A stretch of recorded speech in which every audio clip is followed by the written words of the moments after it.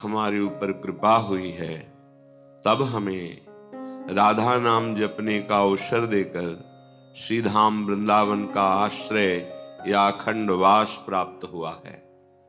अब हमारा सारा का सारा प्रयत्न, जितनी भी हम में प्रभु ने पुरुषार्थ की शक्ति दी है, उसे अब हम अनर्थ में न जाने दें। अनर्थ अर्थात धर्म विरुद्ध आचरण में न जाने दें। जहां तक हो सके हम प्रयास करें कि शास्त्र सम्मत गुरु आज्ञा के अनुसार हमारा जीवन व्यतीत हो।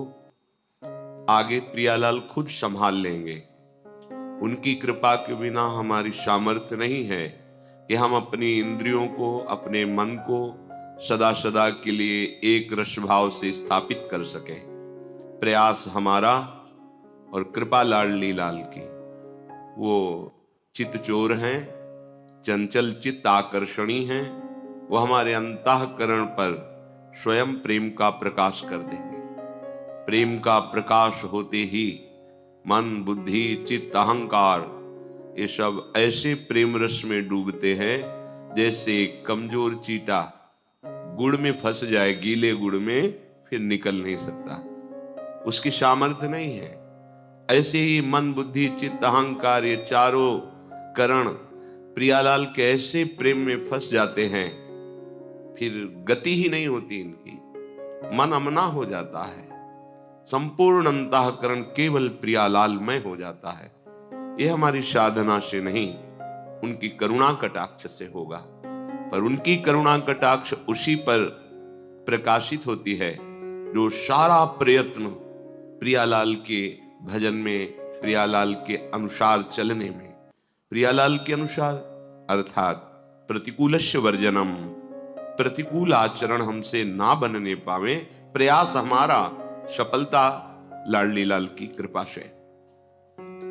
विषयों का इतना प्रबल आकर्षण होता है कि जो मंद बुद्धि हैं या मूढ़ बुद्धि हैं, उनकी तो कोई बात ही नहीं है। जो शास्त्र ज्ञान संपन्न है, बलात् विषय इंद्रियों को आकर्षित कर लेते, उनके भी समझदार जो हैं, ज्ञानी जन जो हैं, आत्मबोध संपन्न अलग बात हो गई, शास्त्र ज्ञान अलग बात है। ज्ञानी से संबंध यहां शास्त्र ज्ञानी से है, स्वरूप बोध से नहीं है। जैसे भगवान ने श्रीमद् भगवत गीता जी में कहा, श्रद्धावान लभते ज्ञानम।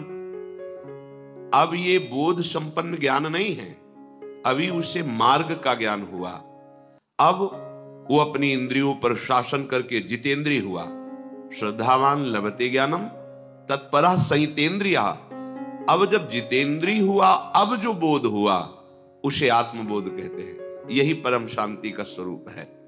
श्रद्धावान लभते ज्ञानम तत्परा संयतेंद्रिया ज्ञानम लब्ध्वा पराम शांति मचिरेणाधिगच्छति। अब जो ज्ञान प्राप्त हुआ वो स्वरूप बोध है। स्वरूप बोध जिसको हो गया है, तो वहां कोई गुंजाइश ही नहीं है, न विषय की, न इंद्रियों की, न मन की। नहीं स्वात्मारामम विषय मृग तृष्णाम भ्रमयति। आत्मबोध प्राप्त हुए महापुरुष के हृदय में किंचन मात्र कभी कोई भी यहां से लेकर ब्रह्मलोक तक का भोग वैभव आकर्षण ही नहीं पैदा कर सकता। ये बोध संपन्न महापुरुष की स्थिति होती है। नहीं स्वात्मारामम विषय मृग तृष्णाम भ्रमयति। आत्माराम पुरुष कभी विषय मृग तृष्णा में भ्रमित नहीं होता। पर यहां जो ज्ञान का शब्द है वो शास्त्र ज्ञानी का है, अभी बोध नहीं हुआ है। तो कह रहे हैं हृते बुद्धिमानोपि नरो हारि भी इंद्रिय। जो शास्त्र सिद्धांत को जानते हैं, जिन्हें शास्त्रों का ज्ञान है, उनकी भी इंद्रियों को विषय खींच लेते हैं। इतने बलवान विषय हैं। जहां इंद्रियां विषयों की तरफ आकर्षित हुई, तो इंद्रियां इतनी बलवान हो जाती है कि मन को खींच लेती है। और जहां मन इंद्रियों के साथ भोग में विचरण करता है, वहां बुद्धि भ्रष्ट हो जाती है। भ्रष्ट माने अपने सतमार्ग से गिर जाती है। इसलिए विचार शक्ति को प्रबल रखो। ऋषिजन महाराज युधिष्ठिर को समझा रहे हैं, विचार शक्ति को प्रबल रखो।